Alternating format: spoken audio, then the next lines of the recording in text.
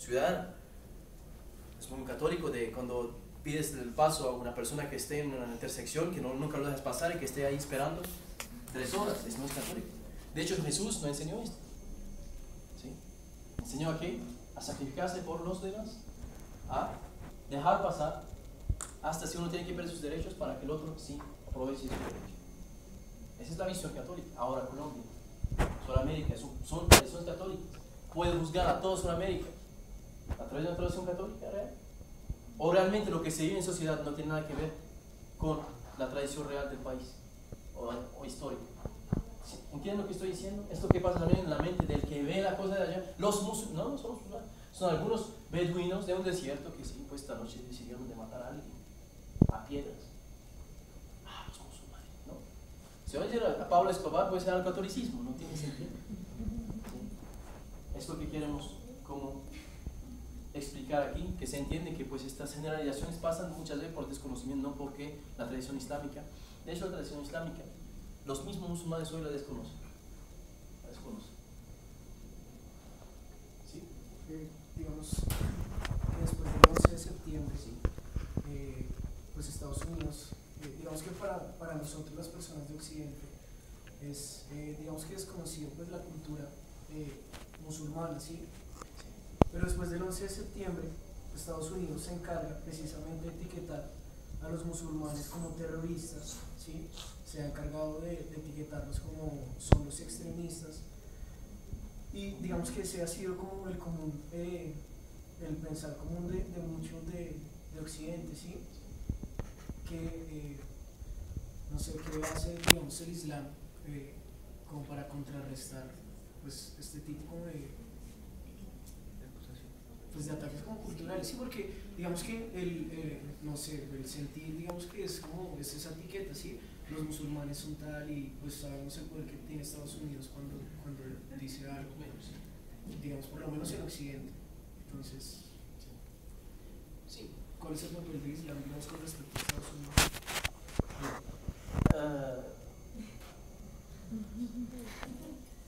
Un paréntesis antes de hablar de Occidente Oriente. De lo poco que conocí aquí hace 5 años, no siento que Sudamérica es Occidente. Tampoco diré que es Oriente. Es por los usos sociológicos. Es otra cosa. Ese es por, claro, claramente, las raíces, la historia, claramente hay mucho movimiento desde Europa, no sin ninguna duda, mucha influencia desde este continente. Pero aquí hay un pueblo también originario. Y la mezcla casi no se ha evitado en ninguna familia, es muy raro. ¿Sí? Las pocas que quedaron, pues sí, de raíces europeas, tampoco los mismos europeos lo reconocen como europeos son. ¿Sí? Es colombiano, sudaca. ¿Sí? No hay un respeto como que si es la tradición como occidental, que realmente son ustedes una representación de Occidente. Ustedes, con todo respeto, no hay nada mal, uno tiene que rechazar sus raíces. Son una mezcla de muchas raíces. Entonces, es lo que facilita también el intercambio, porque cuando las cosas están marcadas en las etnias, en las culturas, la discusión no se permite de esta forma, porque hay relación de fuerza aquí. El sudamericano no ve al musulmán como un peligro para él, lo quiere conocer nada más, ¿sí? Y no ve tampoco que está la persona de Estados Unidos, de América o el europeo, es una persona que hay que admirar en todos los campos de su vida, tienen también sus propias visiones, ¿sí? Ese es para cerrar paréntesis. En cuanto a lo que pueden hacer los musulmanes a propósito del 11 de septiembre y todo lo que ha pasado, bien, muchas veces nosotros hablamos del 11 de septiembre como si la historia entre Islam y Occidente comienza con el 11 de septiembre. No es cierto. ¿Cuándo comienza esta historia? Desde los cruzados. Mucho antes. Mucho antes. Hay libros que hablan del Oriente como madre de Occidente. ¿Sí? La tradición espiritual es una tradición oriental. Jesús, hijo de María, es de Palestina. ¿Sí? Los grandes maestros de la humanidad que han seguido toda la humanidad a través de la historia no son de este continente, en el sentido de los que tienen hoy más seguidores, porque hay maestros en este continente como cualquier pueblo. Pero los maestros realmente que se han reconocido a través de la historia, de los abrámicos, de los judíos, de los cristianos, de los musulmanes, de los budistas, es una tradición que se importa cada vez hacia Occidente. ¿Sí? Entonces, esta visión de hoy, de querer,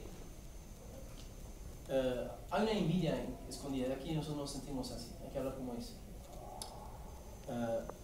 Las tradiciones, las civilizaciones antiguas, ¿dónde apareció el ser humano? Dicen las historias en este mundo.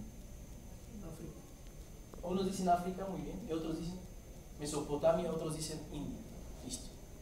No nos salimos de Oriente. Dejando este de lado. Hay una idea también de hegemonía, de supremacía de hoy occidentes con su capacidad tecnológica.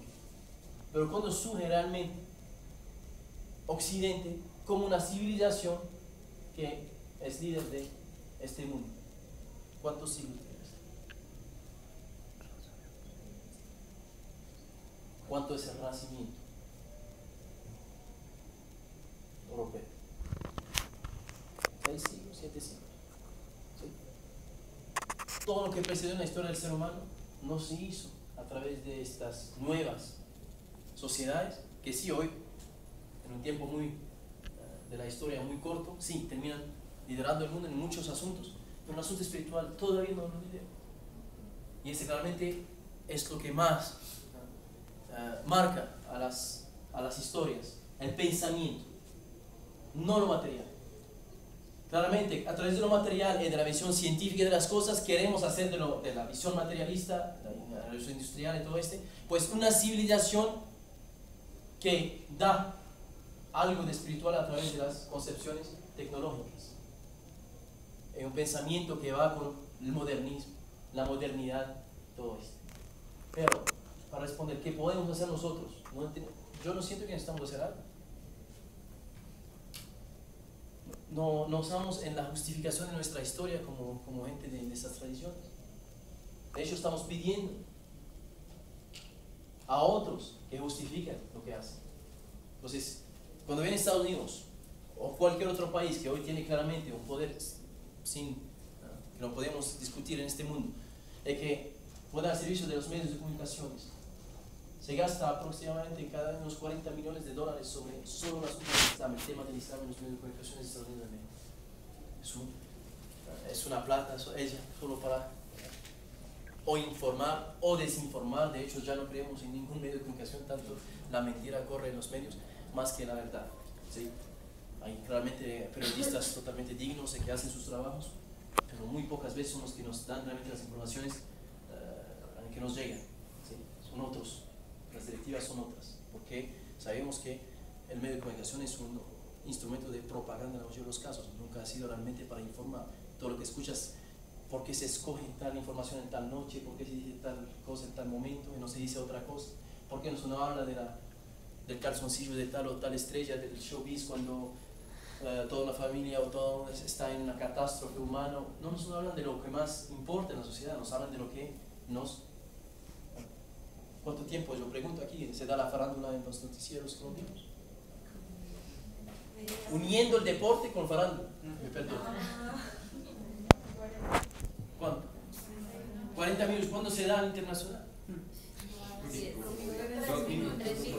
¿Cómo yo voy a entender un mundo muy difícil de entender hoy y muy complejo, en 3 minutos, sobre un tema a veces escogido también que no es lo más importante de lo que vive el mundo actual? Se nos habla en serio. Un caso ahí a veces apartado en 3 minutos de internacional. Tendría que hacer 40 minutos de internacional, o diría nacional, porque es más importante conocer también a sí mismo. Yo enseño en otra universidad y me doy cuenta a veces que saben más de una región de Alemania los colombianos que una región colombiana. Me asusta. ¿Sí? O le digo Costa Azul, entonces sí, puede escribir una. Pero dices Boyacá, no sabe qué decir nada. Villa de Leyva. ¿Sí? Realmente una problemática sobre conocernos antes a nosotros mismos. Después, pues mirar a través de las ventanas que nos permiten de conocer a las otras civilizaciones, las otras culturas. Pero realmente, ¿qué pasa la mayoría del tiempo? Una persona que se quiere informar hoy en los medios de comunicación, a través de los medios de comunicación, no logra conocer realmente las cosas como son. Entonces, ¿qué tenemos que hacer? Pues ya nos permite de encontrarnos para discutir. Esos son lugares a veces que son muy raros, hasta en las universidades, que se encuentran personas que pues no comparten la misma visión del mundo y que pueden compartir sus experiencias. Es muy raro, es muy enriquecedor, pero no se hace. Entonces, continúa tú pensando que el colombiano de tu forma extranjera es tal cosa. Hay muchos que llegan aquí, salen con el mismo pensamiento o peor aún, no han conocido el colombiano. ¿Sí? Peor aún piensan cuando salen de aquí que cuando entran. ¿Cómo es posible esto? ¿Sí? Y también el mismo ciudadano de este país, cuando se encuentra con extranjeros, ¿de qué hablan? No hablan de cosas serias. Entonces la información, nosotros no podemos quejar del medio de comunicación, pero tenemos que quejarnos antes de las mismas academias, del mismo sistema educativo. Podemos quejarnos de las mismas personas y de su educación en la casa, de las familias. ¿Realmente te enseñaron a conocer al otro? ¿A conocerte a ti mismo antes? Entonces, ¿cuál es la posición que tenemos que hablar del 11 de septiembre? Un acto trágico, sin ningún evento difícil, y trágico por todo el mundo, no solo para los Estados Unidos de América. Los que más van a sufrir después de este evento, ¿quiénes son? Afganos, iraquíes, son guerras con misiles, con justificaciones del por qué. Ya si aquí después de septiembre que te estás haciendo un misil sobre tu casa, pues ya no puedes decir por qué, ya no puedes decir, el por qué ya existe, ya se justifica. ¿Sí? O que los afganos también, pues todos son terroristas. Se dijo que era una cruzada en contra del mundo occidental, bien pensante. ¿En contra de qué? De unos bárbaros terroristas. Pues esa es la raíz del mundo, esta es la palabra terrorista que estás hablando. ¿Sí? O como presentan el palestino, por ejemplo, hoy en el conflicto que existe en esta tierra. ¿Cómo lo presentan? Es sin ninguna duda víctima de muchas cosas, se lo presentan como un terrorista. Lo presentan como el que quiere hacer el mal. Podemos tener muchas discusiones, divergencias sobre lo que uno piensa en otro, pero realmente muchas veces las mismas personas no se dan cuenta realmente de los casos que existen en estos países, de las realidades que viven los pueblos, para después juzgarlos. Entonces, hacemos solo el trabajo de ¿qué? Papagayos, repetir lo que leemos en un periódico, que un pakistaní casó a su hija de 5 años, sale en el mismo tiempo. Entonces, ¿desde cuándo el tiempo es la Biblia que se lee como revelación? Con todo respeto a los periodistas que escriben. ¿Desde cuándo un caso apartado hace regla en toda una civilización? ¿Desde cuándo? Si así nos vamos a juzgar, no vamos a ir lejos. ¿Sí? Es lo que queremos entonces decir. Ahora pues todo el trabajo que la pregunta es muy extensa que me has preguntado. ¿Qué hacemos? ¿Qué hacemos ya? Conocernos, conocer al otro, compartir e enseñar. Pero antes de hacer todo esto, pues hay que saber mucho. ¿Sí? ¿Por qué? Porque muchas veces te confrontas a personas también que son de una ignorancia absoluta en el asunto de conocer al otro. Realmente cree realmente que el musulmán es lo que le ha dicho siempre. ¿Sí? Piensa realmente que el musulmán es lo que le dice Fox News. Gravísimo, o sea, así se va a empezar el mundo. Si dejas a otros la tarea de pensar para ti, ¿quién va a pensar para ti? ¿Sí? ¿Tú qué vas a hacer? Piensa en nuestros lugares. Nos dicen lo que es bueno comer, lo que es bueno vestir, lo que es bueno hacer, lo que no es bueno hacer, y también cómo tienes que juzgar tal o tal cultura. Entonces, sí es así que vamos a, en este estamos, las modas que vivimos, la comida que comemos. ¿Ustedes saben lo que comen? Antiguamente un tomate era un tomate. Ahora, ¿saben cuánto de transgénico hay en un tomate? No saben. No saben la fórmula que hace un tomate hoy en la transformación genética del mismo vegetal que estás comiendo. Si este es lo que está en tu plato, el que comes con tu propia mano, que pensar de una situación tan lejana de ti, la cual hablan las personas que tienen intereses para decir lo que dicen. Tienen intereses propios, personales y de lobbies y de grupos de influencias mundiales para decir lo que dicen. Es importante entender esto. ¿Sí? ¿Algo más? ¿Cómo es la relación y el conflicto con Jerusalén? ¿Cómo lo manejan los musulmanes? Esta tierra que es Jerusalén, esta tierra que es Palestina, antigua, es una tierra que la tradición, que sea judía, cristiana y musulmana, se quiere compartir y se quiere también tomar como una herencia. ¿Listo? Esa es la primera cosa que hay que decir. Es una tierra santa para todos los hijos de Abraham. Cada uno de su punto de vista, cada uno de su visión, de su cultura, de su tradición. ¿Listo? Esa es la primera cosa que hay que decir. Durante siglos vivió en esa tierra un pueblo. ¿Sí? Desde el comienzo. Lo más raro es que encontramos hoy, ante las instituciones mundiales, el pueblo, el más antiguo del mundo, pidiendo el derecho de ser reconocido por su historia, su cultura y su civilización de pueblos que existieron mucho después de ellos. Entonces son los hijos que van a reconocer los padres. Y los hijos no quieren reconocer los padres. Entonces solo en Palestina. Listo. Hay un escritor judío, israelí, Shlomo Zahn, que escribió un libro que se llama El invento del pueblo judío. La tesis que tiene este libro es que cuando se quiso formar una tierra con la ideología del sionismo. ¿Saben lo que es el sionismo? La idea de los judíos de tener una tierra propia como hogar después de claramente va a pasar después, pero claramente el sionismo es mucho más antes del siglo XX. ¿Sí? Dicen que tienen derecho a volver a sus tierras. La mayoría de los judíos que tienen esta teoría de volver no son judíos. Me voy a explicar esto que dice el escritor.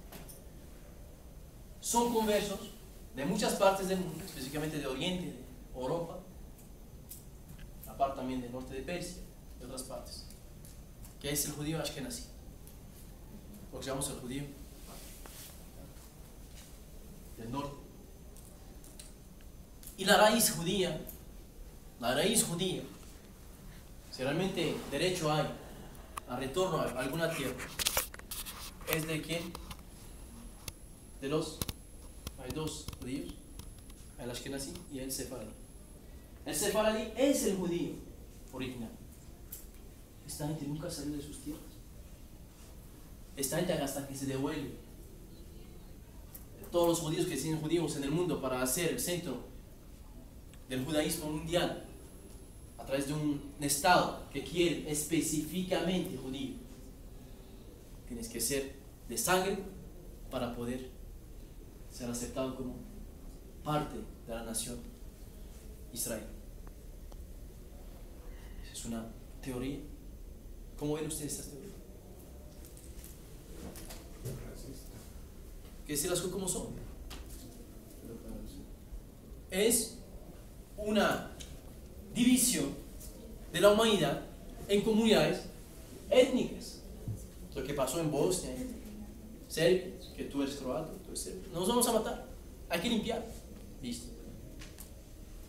Porque ya que piensas que un Estado tiene que tener una sola etnia, nosotros tanto que nos quejamos de racismo en otras tierras, aquí el racismo no existe, todos son, aquí veo una mezcla entre indígena, española, aquí un árabe, veo, aquí hay de todo, europeo. Bueno, hay una pregunta. Sí, señor. Yo tengo entendido que para pertenecer a la religión hay que tener raíces también, raíces del Islam, algo así. ¿En el Islam? Sí. No. No hay etnia, no hay etnia. Islámicamente no tienes que ser una etnia para ser musulmán. Es es una acepción de espíritu, de alma. ¿Cómo puede ser una persona pues católica practicante del Islam? O sea, ¿qué le exigen para poder pertenecer a esta religión? Bien, esta es una de las conversiones, ¿estás hablando? ¿Sí? Y cuando la conversión en Islam es muy sencillo, es solo aceptar los pilares, los fundamentos de la fe de los musulmanes. ¿Cuáles son? ¿Quién los conoce? Vuelvo a su pregunta porque es importante. ¿Cuáles son? Orar 5 veces. Ayuno. No, esos son los fundamentos de la práctica. Los fundamentos de la creencia es otra cosa, lo que tengo que creer. Yo puedo no estar orando, pero yo creo en algo. En Dios. Entonces creo en Dios, En Allah. creo en Allah. ¿Allah quién es? Para los musulmanes. Dios. Dios, ¿cómo lo defines para los musulmanes? Único. Único, ¿con cuál sentido? Todos los hijos de Abraham dicen que el Dios es único. Pero dices entonces la Trinidad es no person. Ahí pues es único. Si no, para los musulmanes es único. Porque son tres. Si no, son tres en uno. En uno en tres. O sea, este concepto no lo tenemos. Ese es el musulmán. El judío tampoco lo tiene realmente. Pero lo tiene.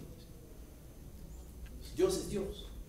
Dios es el creador y el ser es el ser. La criatura es la criatura, el ser humano es el ser humano, el género de algo es el género de algo, y Dios es la esencia de la vida que no tiene algo que ver con su criatura en el sentido de lo parecido, del atributo. El atributo es algo. Entonces, ser humano no permite ser Dios para un musulmán. Ser vegetal, ser mineral, ser animal, no permite ser Dios para un musulmán. Muy importante este sentido. Entonces, la esencia divina es absolutamente única en todo. En todo. Dice el Corán, no se le compara a Dios nada, ni nada. Tiene voluntad propia. Que solo obedecen a Dios y hacen lo que se le ordena sin discutir. Por eso muchas veces cuando vemos un niño tan tranquilo y dice, parece un ángel. ¿Por qué decimos esto? No está haciendo nada malo. Si dice algo, va exactamente a hacer lo que se le pide sin ninguna discusión. ¿Por qué es un ángel? Porque no hace pasar su deseo, su pasión antes de el orden del bien. Ese es el ángel.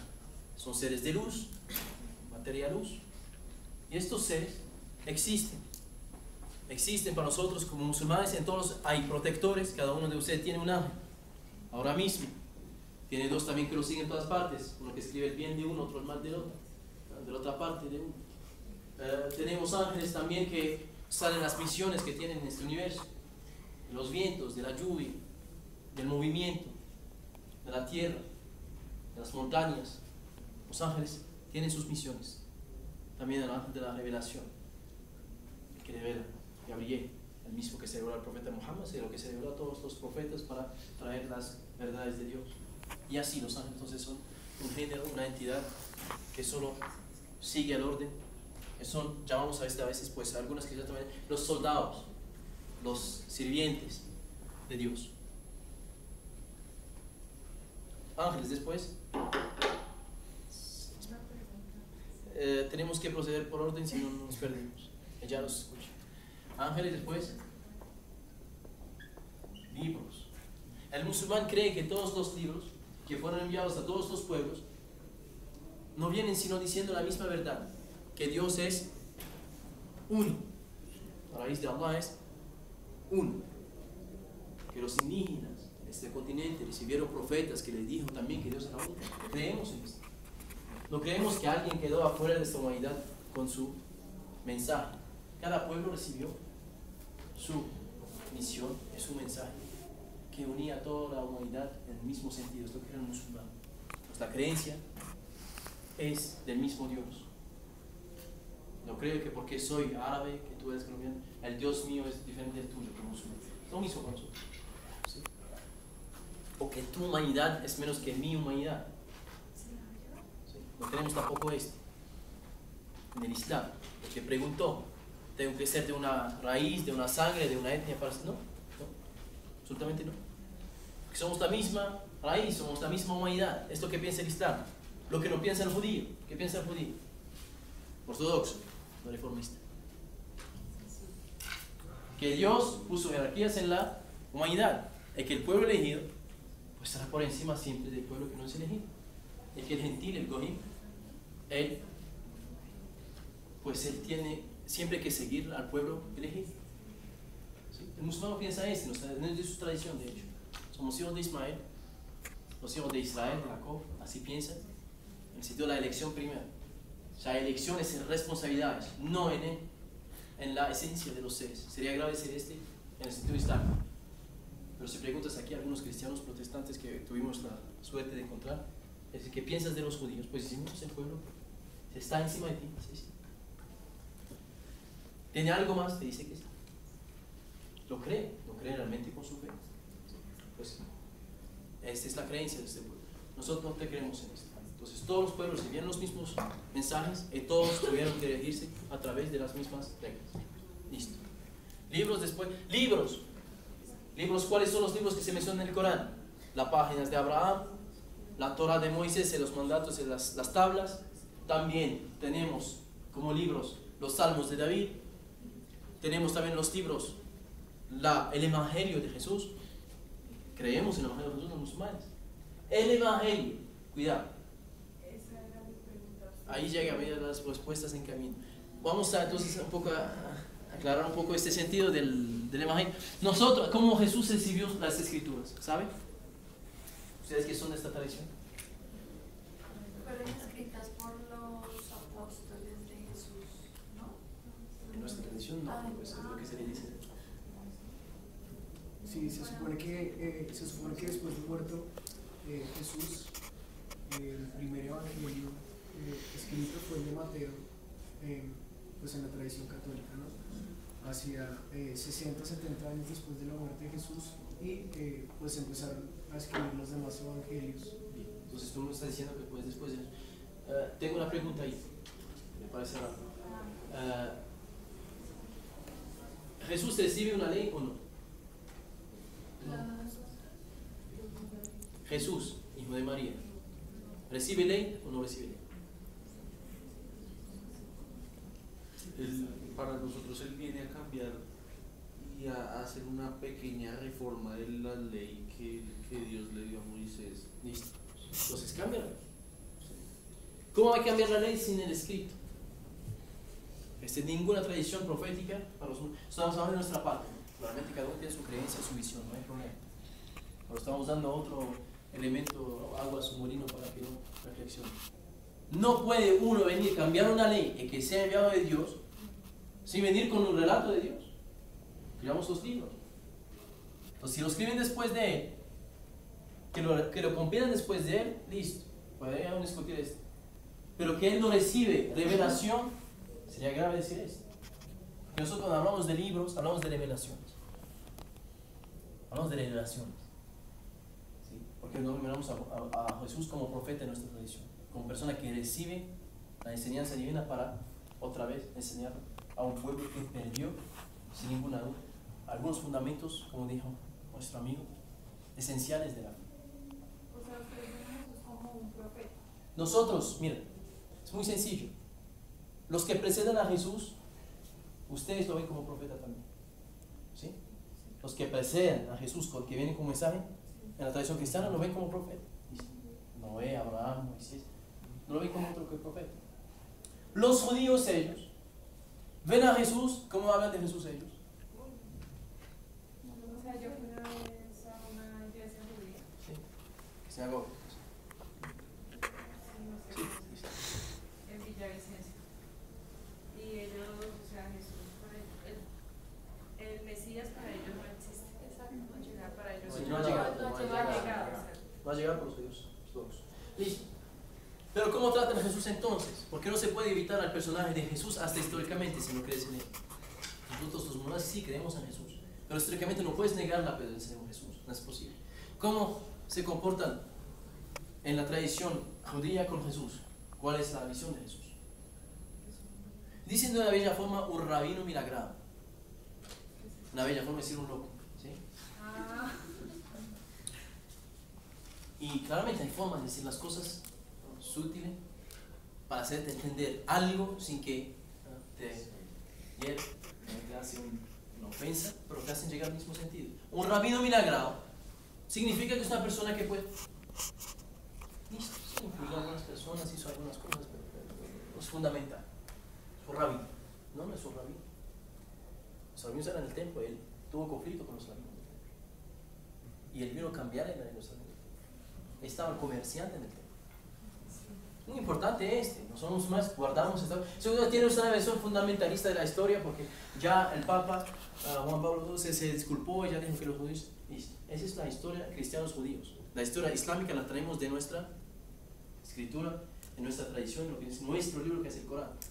El Corán pues plantea todas estas problemáticas que están claras sobre Jesús y la visión de Jesús, de los judíos, de cómo los que lo recibieron los recibieron y después también cómo traicionaron otros al mensaje de Jesús. Está en el libro Corán. ¿Sí? Para terminar, los cristianos ellos no dicen que es una vida, los judíos dicen que es un ser humano común y corriente que pues no es fundamental. Bien, los cristianos dicen que es Dios. Entonces la cosa es demasiado lejana entre la visión judía y la visión cristiana. Se creen en la divinidad de Jesús.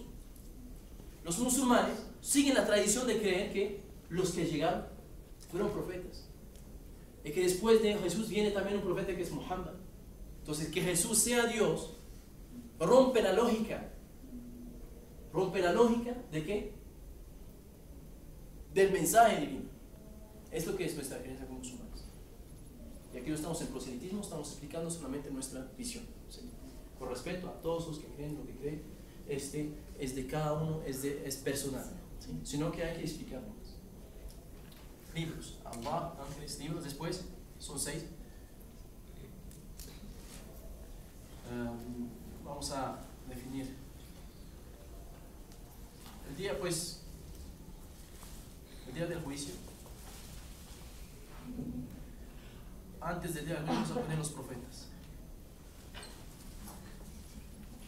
¿Quiénes son los profetas? ¿Quiénes son los profetas? Los profetas son estos seres que vienen a enseñar a la humanidad lo que no saben y que son los intermediarios del conocimiento, de la enseñanza, y no los intermediarios en la fe. Hay una pregunta ahí muy importante. Un santo, por ejemplo. ¿Cuál es la diferencia entre un santo, un profeta y una persona común y corriente como nosotros? Un profeta es el que enseña la palabra pues, de Dios, la Biblia. Un santo es la persona que hace las cosas que la Biblia dice que hay que hacer para tener pues una vida como la de Jesús. Y nosotros somos los seguidores, los practicantes. ¿Los pecadores dijiste? Sí, es cierto. Los que tratamos de imitar, los que escuchamos a los profetas y tratamos de imitar a los santos. Buena respuesta. Estamos de acuerdo. Pero hay un punto ahí muy importante de aclararse. La profecía no hace que el profeta actúa para ti. Él es el maestro que enseña. Es como decir el día del parcial, profesor, venga, escribe en mi hoja, porque él es el profesor. ¿No? El profesor, el día del parcial, ya hizo su tarea. Tiene que solo estar controlando si siguen el paso o no siguen el paso. Si aprendieron o no aprendieron, si repasaron o no repasaron. Los que siguieron los pasos tienen éxito, y los que no tienen paso no tienen éxito. Esa es la visión divina de las cosas. Una pregunta en cuanto al libro sagrado para ustedes, pues el Corán. ¿Es el mismo, obviamente, como nosotros tenemos como Antiguo Testamento? Sí, ustedes obviamente después de como no aceptaron la venida de Jesús, no tienen después del Nuevo Testamento, pero sí Isaías, dado que después ustedes tienen esa raíz porque el pueblo judío sí fue el pueblo, es el pueblo escogido por Dios, que cuando viene Jesús pues viene a romper esa tradición de traer a los gentiles somos en el sentido usted. exacto, somos que no, o sea que podemos pertenecer a ese pueblo escogido por Dios sin tener esa sangre judía, como lo habías anteriormente dicho. Si Isaías en el Antiguo Testamento dice que Jesús vino a los, ella habla de la venida de Jesús, que hacen en ese libro de Isaías que dice de la venida de Jesús, que vino a los suyos y los suyos no los conocieron. Bien, es cierto. Los suyos son los hijos de Israel, que no lo aceptaron como Mesías, sin ninguna duda. Nosotros somos hijos de Ismael, somos musulmanes. Nosotros aceptamos a Jesús como el Mesías.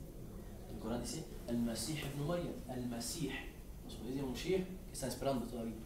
Los musulmanes creen que el Mesías fue Jesús, hijo de María. No hay discusión en esto, no tenemos discusión. Se aceptó el Mesías. Ahora, la idea otra vez del pueblo elegido, los musulmanes no lo tienen. No lo tienen. La tradición no es del pueblo elegido. El elegido es el que escoge de ser elegido ya. Puedes elegir solo por la mañana y decir, hoy voy a ser elegido, voy a hacer el bien y ya. No es asunto de naciste hijo de padre de tal o que viste en tal barrio o en estrato 6. No, en estrato 2 o 4. ¿Qué diferencia existe entre el Corán y la Biblia? O sea, ustedes en qué se basan, o sea, ¿es lo mismo que la Biblia o tiene otras cosas? Terminamos con esto. Es que me gusta un poco la... Sí, el orden ya volvemos, no se preocupen. Guárdame la pregunta caliente, ya volvemos. Profetas. Después, juicio final y decreto o predestinación. Esos son los... Juicio final, entendieron muy bien lo que es. Y el decreto es lo que Dios manda en las cosas y que tiene Él el poder de hacer. Nadie se encontró en estado sin el decreto de Dios. Nadie vino aquí por su poder propio.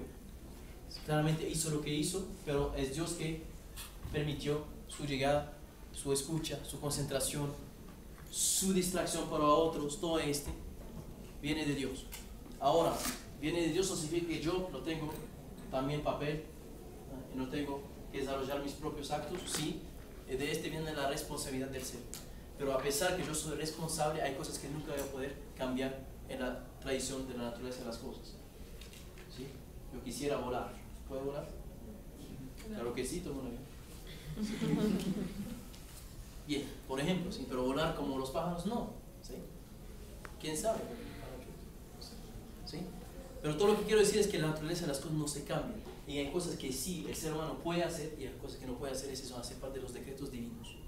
Esto que empezamos con un decreto. Entonces, este decreto significa que nosotros nos humillamos ante el poder divino cuando ya hicimos lo que tenemos que hacer. No es una llamada a no hacer lo que tienes que hacer. ¿Sí? No voy a trabajar, el decreto de Dios va a hacer que llegue oro en mi cuenta bancaria. No. Tengo que hacer lo mío, pero después de hacer lo mío, pues me pagaron una mensualidad mínima. Ahí ya no puedo yo cambiar el asunto, sino de lo que Dios quiere. Porque yo hice lo que tenía que hacer. No puedo hacer más de lo que puedo hacer. Esa es la idea del musulmán, del decreto. De una forma muy sencilla. ¿Sí? Ahora sí la pregunta, entonces el Corán. Dentro de la religión, pues de la musulmán, sí, para que ellos tengan bien el concepto sería importantísimo poderlo ahondar mucho más. Shara. ¿Ustedes qué saben de Sharia antes de hablar? ¿Saben algo de Sharia? Nada. Absolutamente nada. Dios nos bendiga. Vamos a enseñar por poco que sabemos. Viene esta palabra Sharia de la palabra Shara'a. Shara'a viene de la palabra Shir'a. Shir'a.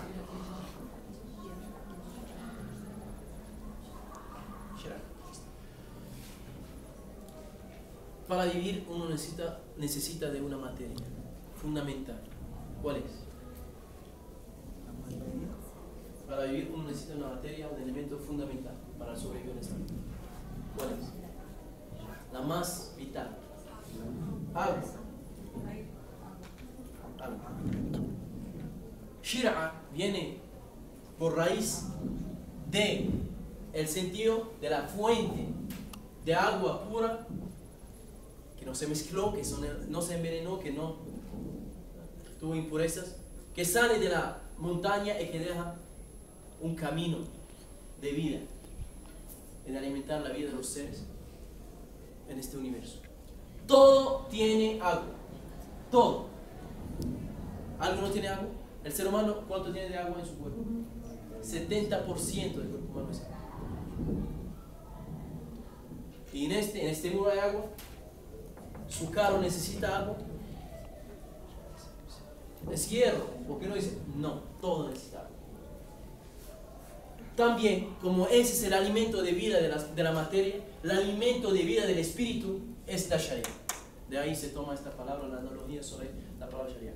¿La Sharia qué es? Muchos lo denominan como la ley islámica. La ley islámica.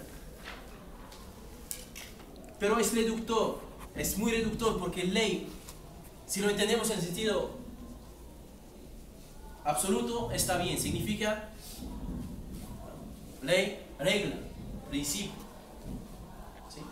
Pero si lo entendemos de la forma un poco más, darle un sentido, es la vía Sharia. La vía, el camino de la vida.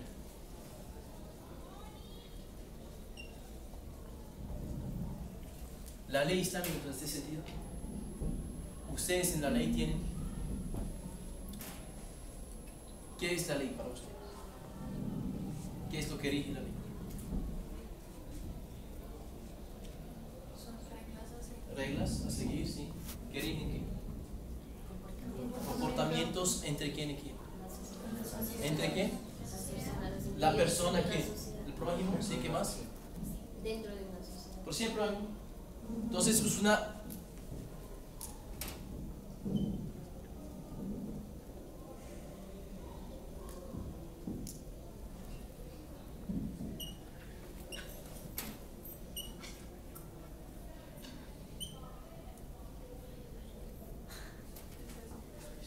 Ese es.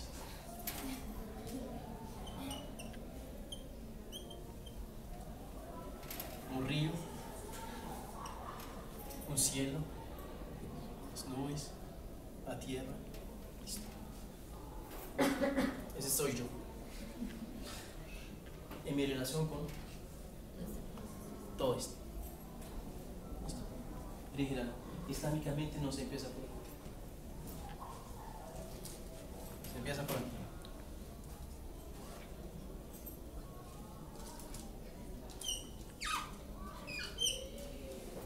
La relación con principio. ¿Y ese de dónde se aprende? La relación con lo vertical. Lo que falta a veces en el horizontal, en el romano.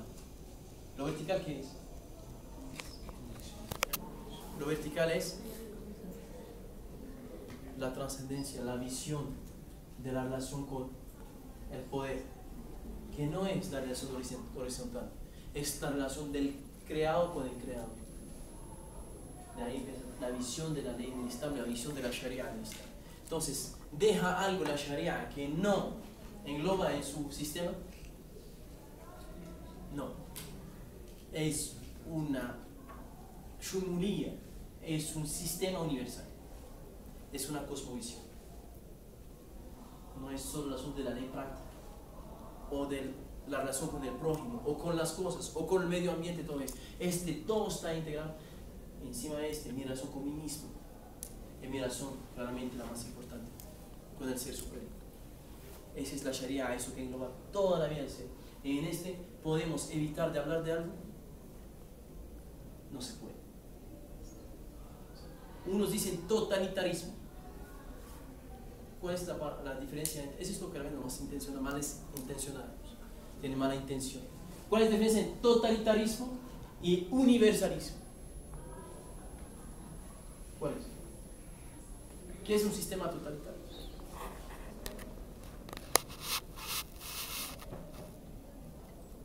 Un sistema que impone a otra naturaleza mi naturaleza.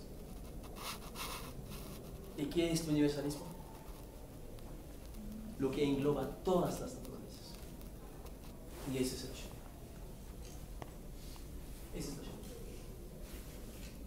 Para que no reducimos cada vez que se ve una mano cortada, una nariz, una oreja, un cabello, llámalo como que, la ley islámica, sharia penal, hay que ver cómo se practica y quién lo practica, es realmente, tiene que ver realmente con la práctica real del libro, del mandato divino, o si no ese, que finalmente es también transformaciones que viven los pueblos a través de sus culturas. Pero la sharia es el sistema natural de vida, devolverse a la humanidad y devolverse a la naturaleza de cada cosa. Esa es la sharia. ¿Entienden lo que estoy diciendo? Es algo mucho más complejo que lo que a veces queremos reducir en que se musulmanes. Estos bárbaros, seguramente tenemos bárbaros en nuestra comunidad de gente mala, como en todas las comunidades, pero ahora ellos no definen el pensamiento. Lo que define el pensamiento es la raíz del pensamiento. Ese se define a través de quién? Del ser supremo, que es Allah, y también de la profecía de un profeta Muhammad sallallahu alaihi wasallam, que él enseñó la sharia. Muhammad, el profeta, el último profeta, se escucha solo que era un profeta guerrero. Eso que se escucha. El profeta defendió con los principios. Que fue cierto un jefe de Estado. Esto que hay diferencia entre Jesús y el último profeta, que es Muhammad. Pero en su humanidad nunca se habla de misericordia enviada a los universos. A través de la sharia del profeta Muhammad sallallahu alaihi wasallam.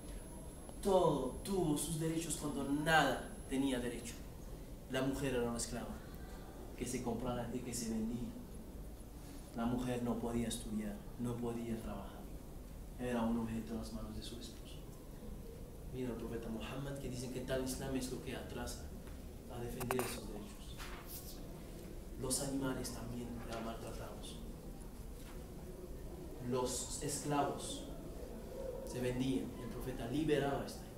Vino para liberar a los seres de la esclavitud de sus propios vicios, de sus propios abusos y también de los abusos de los demás poderosos que sí les gusta manipular con sus poderes la humanidad.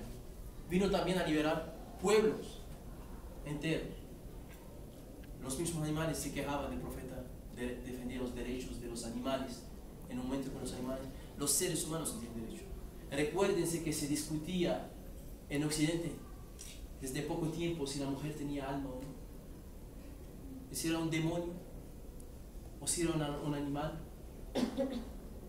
si había caso de realmente discutir, tomarla realmente. Ese es el pensamiento occidental, que muchas veces nos dicen que los musulmanes nunca han pensado así. Ahora, el atraso que ven en esas sociedades no viene de la raíz de este pueblo, viene del atraso, de la ignorancia de que han dejado sus raíces. La mujer nunca ha sido maltratada bajo el mandato de la sharia. Al contrario, tuvo su protección, tuvo sus derechos protegidos, tuvo los derechos de sus hijos protegidos, de sus hogares protegidos. De hecho, la mujer en la tradición islámica no tiene que pagar nada en su hogar. Ahí sí trabajas para ella. Es el hombre que tiene que responder. Porque Dios hizo del hombre un pilar para la sociedad, no una persona que se aprovecha del género femenino. Y nos explica a nosotros que practicando somos sus bárbaros. La mujer no es un objeto. Es lo que viene explicado por el profeta Muhammad. A los beduinos del desierto que enterraban a las niñas por vergüenza, decían: pues, si mi hija fornica, yo no la aceptaré, entonces la voy a matar antes que fornique. El profeta viene a decir: son humanas. Estas son la raíz de sus pueblos. No son objetos para vender jabones o motos o carros. Estamos hablando de algo que parece tan lejos, ¿no? Lo estamos viendo hoy aquí. La mujer es un objeto. Y están vino a decir a la humanidad que cada uno tenía su derecho en lo que en su esencia tenía que el derecho de vivir como él. Ese es el pensamiento del profeta Muhammad, la enseñanza y el sacrificio de una vida de misericordia. Al final vienen algunas personas con 2 torres del Banco Internacional que caen. Nos dicen que el Islam empezó el 11 de septiembre y que esta tradición es tradición de violencia, de agresión, y que no tuvo 1500 años en el cual enseñó a la humanidad cómo devolverse a su humanidad. Esto que nos quieren hacer entender. Estamos aquí para testiguar de otras cosas. Somos pocos son los que hacen trabajo de hacer conocer esta tradición. La mayoría de los que hacen trabajo de hacer conocer esta tradición es con la mala intención de deformar y atacar esta tradición. Pues muchas gracias para invitarnos, o sea, para la audiencia también, y esperamos vernos en otros otras dimensiones. Muchas gracias.